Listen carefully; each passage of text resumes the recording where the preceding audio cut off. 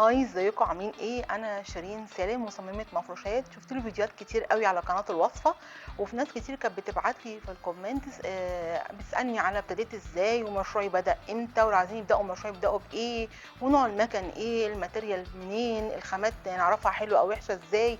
النهارده بقى حبيت احكي معاكم شويه واقول لكم كل الحاجات اللي انتوا عايزين تعرفوها دي.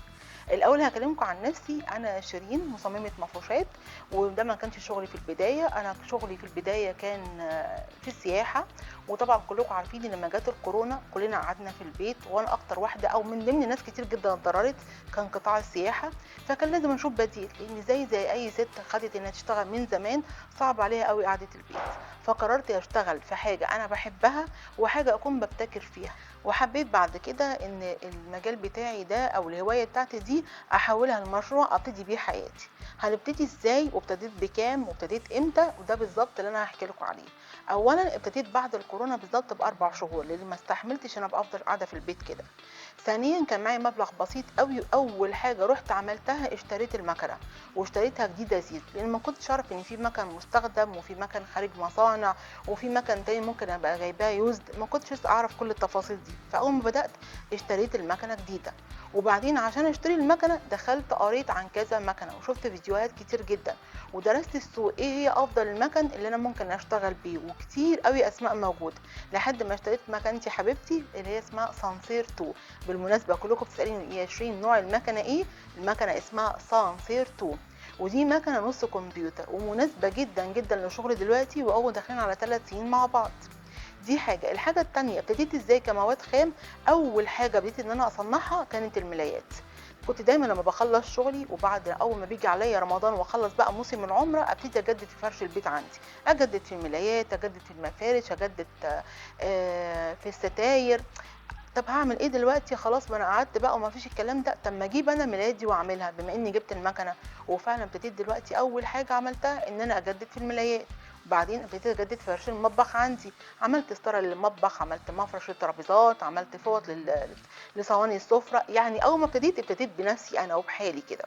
بعد كده اشتغلت على اصحابي لحد ما هم كمان اكدوا لي ان انا شغلي حلو جدا، وليه ان انا ما اعملش الموضوع واكبره. وبعدين انزل يعني معارض بقى، انزل اسواق، اعرضه على السوشيال ميديا، اعمل بيج. وابتديت فعلا ابتدي خطوه خطوه كده. عايزه اقول لكم طول ما انت شغاله او طول ما انت حاطه في بالك حاجه ومصممه انك توصلي لها هتوصلي لها. بس لو انت فكرتي انك تقفي حد هيحبطك. طب انا هشتغل هعمل ايه؟ طب انا ما في كتير جدا شغالين نفس الحاجه دي. طب انا مش عارفه اقعد على مكنه. انا ما كنتش بقعد على مكنه على فكره، عمري ما قعدت على مكنه الا لما كنا صغيرين جدا بقى ايام ابتدائي. فاكرين لما كنا بناخد تدبير منزلي في المدرسه؟ مش عارفه موجود دلوقتي ولا لا. هو من وقتها غير كده لا. وكان عندي بدايات كروشيه كده، كرنفال، حاجات اللي بناخدها واحنا صغيرين. لكن بما ان انا عندي مجال كبير قوي وعندي شغلي الاساسي وقف، وانا عندي مسؤوليات والتزامات ناحيه بيتي وولادي، وانا كست واخده من زمان جدا ان انا اشتغل، فكان صعب ان انا اقف، او صعب ان انا اقول طب انا هعمل ايه استنى كورونا لما تخلص. لا لا لا، ما كانش ينفع. واحنا طبعنا كده كستات مصريات كده دمنا حامي، بنحب دايما نتطور من نفسنا ونجدد من حياتنا. والحمد لله ربنا كرمني في كده. ركزوا معايا بقى، ونصيحة لكل بنوتة أو كل ست بيت عايزة تبتدي مشروع صغير وبعد كده تكبره. هقولك تعملي ايه. أول حاجة تحطي في بالك هدف إنها تكبري في المشروع ده ويبقى أعلى حاجة في حياتك، مش بس حاجة بسيطة وتبتديها في البيت بعد كده تخرجي بره نطاق البيت. هتعملي ايه؟ اولا دلوقتي انا لما جبت المكنه كانت يعني الاسعار حلوه والدولار ما كانش غالي والاسواق كانت الدنيا مظبوطه شويه، فجبتها بسعر كويس. دلوقتي الاسعار زادت الضعف ويمكن اكتر من الضعف. طب نعمل ايه يا شيرين؟ هقول لك ان المكن ده موجود منه في اماكن كتير جدا، يوزد واستخدامه نضيف قوي ومكن كويس. انا بعد كده المكن بتاعي اللي انا جبته اللي بعد المكنه الاولانيه جبت مكنتين كمان، منهم المكن الاوفر جبتهم يوزد ما جبتهمش جداد. ونصيحتي ليكي بقى ان مش لازم تجيبي مكنه جديده وتكون زيرو. احنا ممكن نجيب مكنه مستخدمه وتكون استخدام كويس جدا وتكون بكل كمالياتها وتبداي بيها، عشان ما تخلصيش راس المال اللي معاكي على المكنه، لان لسه عندنا خامات عايزين نجيبها ونشتغلها. ودي اهم نقطه نتكلم فيها بقى، وهي ايه؟ الخامات. اول حاجه وانا بشتغل الشغل بتاعي، انا بتكلم عن نفسي دلوقتي، كنت بشتغل الشغل ده على اساس ان انا بعمله لنفسي، بعمله لبيتي. فاللي انا احب اعمله لبيتي احب اعمله للناس واقدمه للناس، عشان يبقى عندي ثقه جامده جدا جدا في شغلي. وكده تبقى انت كسبتي كسبتي مرتين، كسبتي فلوس وكسبتي ثقة الناس. ليه بقى؟ لان فينشك حلو جدا جدا وشغلك ممتاز، الخامات بتاعتك حلوة ونظيفة، ولان هتدي احساسك فيها وروحك فيها. انتوا عارفين ليه شغل الهاندميد دايما بيبقى غالي؟ انا هقول لك ليه الهاندميد بيبقى غالي. الهاندميد بيبقى غالي لان بتحطي قدامك حتة القماش وبتقعدي تفكري فيها هعملها ازاي، شكلها ايه، طب ايه اللون اللي يليق مع ايه، طب هقصها من انهي ناحيه، وتبقي قلقانه. كل ده خارج من روحك، خارج من فكرك، خارج من احساسك. مش شغل كده مكن وحاجه بتتحط على الكمبيوتر ويلا اطبع يلا قص ومكن شغال. لا، ده بني ادم هو اللي شغال، شغال بكل حواسه. عشان كده دايما شغل الهاند ميد بيبقى غالي جدا. ولذلك في سوق اوروبا بره بيقدروا قوي قوي الهاند ميد، وخصوصا الهاند ميد المصري، عشان خاماته قطن 100%، عشان الفينش بتاعه، عشان معمول بحس وشياكة وذوق اهل مصر. فدايما دايما تهتمي قوي ان شغلك وانت شغاله بيه تخرجي احساسك فيه، ما تبصيش دايما وتقلدي. خلي انت تتكلمي عن نفسك، خلي شغلك هو كمان يتكلم عنك.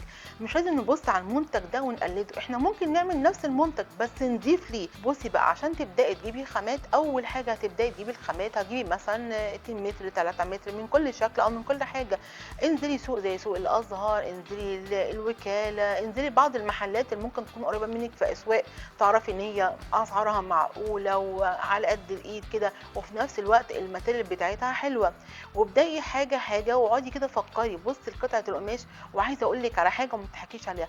قطعه القماش بالظبط زي حته اللحمه. حته اللحمه ممكن تعمليها مسلوقه مشويه، ممكن تعمليها كباب حله، ممكن تعمليها شوربه. بالظبط قطعه القماش كده. مش لازم قطعه القماش دي اعملها دي ستاره يبقى هي ستاره وبس، لا، انا ممكن اعملها ستاره، ممكن اعملها مفرش، ممكن اعملها كوشن. ما انت اللي هتفننيها، انت اللي هتحطي لها روحك، انت اللي هتبصي لها وتقولي لا انا هعملك بشكل مختلف. هقول لك على حاجه كمان، ابداي روحي بعض المحلات او شوفي بعض القنوات اللي بتنزل الحاجات للبيع، وخشي على اليوتيوب واتفرجي هم بيبيعوا ايه وبيستخدموا ايه. وبعد كده انت فكري انت ممكن تضيفي ايه، ممكن تجددي ازاي. من هنا هيبدا المشروع بتاعك. اول ما تحسي ان انت عندك اضافه للحاجه اللي قدامك دي، من هنا هتحسي فعلا هيبدا المشروع بتاعك. وهقول لك تاني، اوعي حد يوقفك، واوعي يجيلك احباط، ودايما تقولي انا هوصل لنقطه معينه ما كنتش اوصل او اتخيل ان انا هوصل لها. والحمد لله اني بعمل شغلي بحب قوي، وقلت الحمد لله انا هحول شغلي ده لمشروع وهكبره وهوصل فيه باذن الله. واني بعمل كل حاجه من قلبي فعلا. ربنا كرمني وبقيت انجح واتدرج كده من مرحله لمرحله. بالظبط اكنك بتطلعي درجه درجه، سلمه سلمه، وان شاء الله هتوصلي زي ما انا وصلت للمعارض الدوليه اللي قلت لكم عليها دلوقتي. ومن اهم المعارض دي ودايما دايما باخده كده فخر وحاطاه فوق راسي من فوق، معرض تراثنا. معرض تراثنا اللي بعيد السيد رئيس الجمهوريه عبد الفتاح السيسي. ومعرض تراثنا اللي بيخش فيه بيختبروكي، بيشوفوا الماتيريال بتاعتك عامله ازاي، وانت اللي بتصنعي بايديكي والجوده بتاعتك عامله ازاي. عارفه ان ايه تخشي معرض يكون فيه رؤساء وسفراء ووزراء وناس مهمه جدا وتتفرج على شغلك وتشتري منك وناس كتير من دول العالم تتفرج على شغلك وتقول لك الله ده حلو جدا، لا ده ممتاز، ويرحبوا بيكي وبشغلك، وكمان يفتح لك الابواب الخارجيه انك تطلعي معارض دوليه. ده حلو قوي. بس ده كله اهم حاجه عشان توصلي وتعملي ايه؟ اول حاجه ثقتك في نفسك. تاني حاجه يكون عندك ثقه في الشغل اللي انت بتشتغليه انك هتقدمي حاجه حلوه. اغلطي مره واثنين وثلاثه وعشرة وفي النهايه هتوصلي. لكن اوعي تغلطي وتقولي انا هقف، واوعي تغلطي تقولي لا كفايه كده انا ما نجحتش، واوعي تفتكري ان في حد يجي يقول لك لا يلا هنعمل كذا او حد اللي يساعدك. لازم انت اللي تساعدي نفسك، ولازم انت اللي تبداي بنفسك. اول ما تحسي بالكلام ده كله اتاكدي انك هتعملي شغل ناجح جدا جدا، اتاكدي انك هتوصلي جدا جدا. ولازم يبقى عندك ثقه في ربنا سبحانه وتعالى وثقه في نفسك عاليه قوي.